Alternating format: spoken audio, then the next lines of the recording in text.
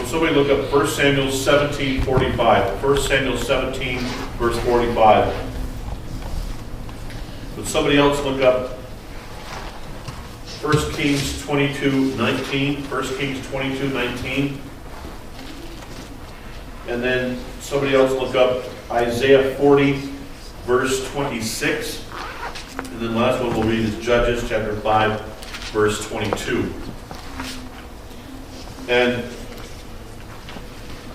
they translate the word Savah as hosts. But like I said, I think the better translation is armies.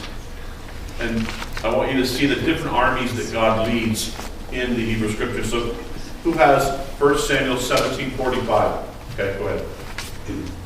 Then said David to the Philistine, Thou comest to me with a sword and with a spear and with a shield, but I come to thee in the name of the Lord of hosts, the God of the armies of Israel, whom thou hast defied. There we go. So the God of the armies of Israel, the Elohim of the armies of Israel.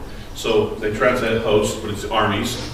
So the Lord of armies, the Elohim of the armies of Israel. Okay, so it could be the armies of Israel.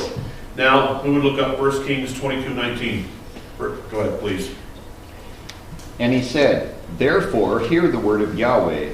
I saw Yahweh sitting on his throne, and all the hosts of heaven were standing by him on his right and on his left. There we go. All the hosts of heaven, the army of heaven.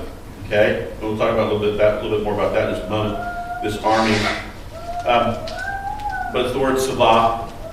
Who has the listing of Isaiah 40, verse 26? Okay, go ahead, Chris.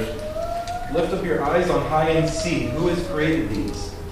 He who is bringing out their hosts by number, he calls them all by name. By the greatness of his might and the strength of his power, not one is missing.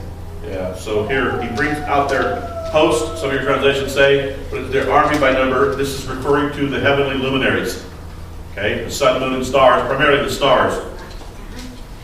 So he is the army of Israel. He has an army in Israel. He has an army that is according to 1 Kings 20:19, the army of heaven. And then the stars are also called his army. We'll see that again in, look at Judges chapter 5, verse 20. Judges, go ahead. They fought from heaven, the stars in their courses. Yes, they fought against Sisera.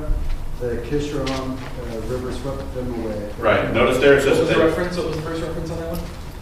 Well, that reference here? Yeah. Judges 5:20. Notice, from heaven fought the stars.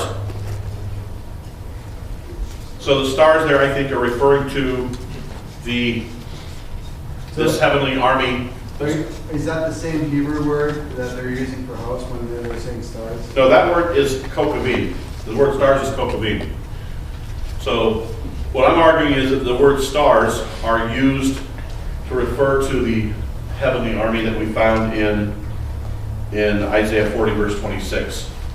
There is the word Savah. So that this idea is that God can use, we'll talk about the stars, and since they are in the heavenlies, they're bright, and that God can use them, that we can refer to them as stars, or we can refer to them as part of the army of God, which is really what we would call, when they come here, the angels. Okay, so the idea of stars and angels was not that far apart from each other in their thinking. Both in the heavenlies, both bright, both used by God, and both, in a sense, considered the armies of God. Now, God could also use the stars. He could make the stars fall and move the stars if He chose. I heard that angels, better translation for angels is messenger. It is. Yeah, absolutely. The word in Hebrew, malach, means messenger. So when they come here, the Elohim, come here, they are malach, messengers. We then take the Greek form of that word malach, when we transliterate it, when we take the Greek text, and the Septuagint, they use the word angelos, which we then take the os off the end, and we have angel. Okay, and angel simply means messenger. Okay, both of them mean messengers. So it's interesting that we have some of these who have messages of hope and some messages of not so much hope. So carry both. Okay. But I can show you other places where they're referred to as stars. And my point is this, that that when we say Lord of hosts, that we're thinking in terms of Lord of armies. An army of Israel, an army of stars, a heavenly army that he has at his disposal. And we've seen before texts that refer to this heavenly army, that there is myriads of myriads that are around the throne of God. So, at his disposal and at his dispatch. So, all right. Just something for your thinking, because we see this phrase in our Bibles, Lord of hosts. It sounds like, he's the Lord of hosts. You have to say the stained glass voice. It sounds like, well, what does that mean? You know, he's the Lord of hosts. It sounds like stained glass. It's like, but the Lord of hosts means he's a God of armies.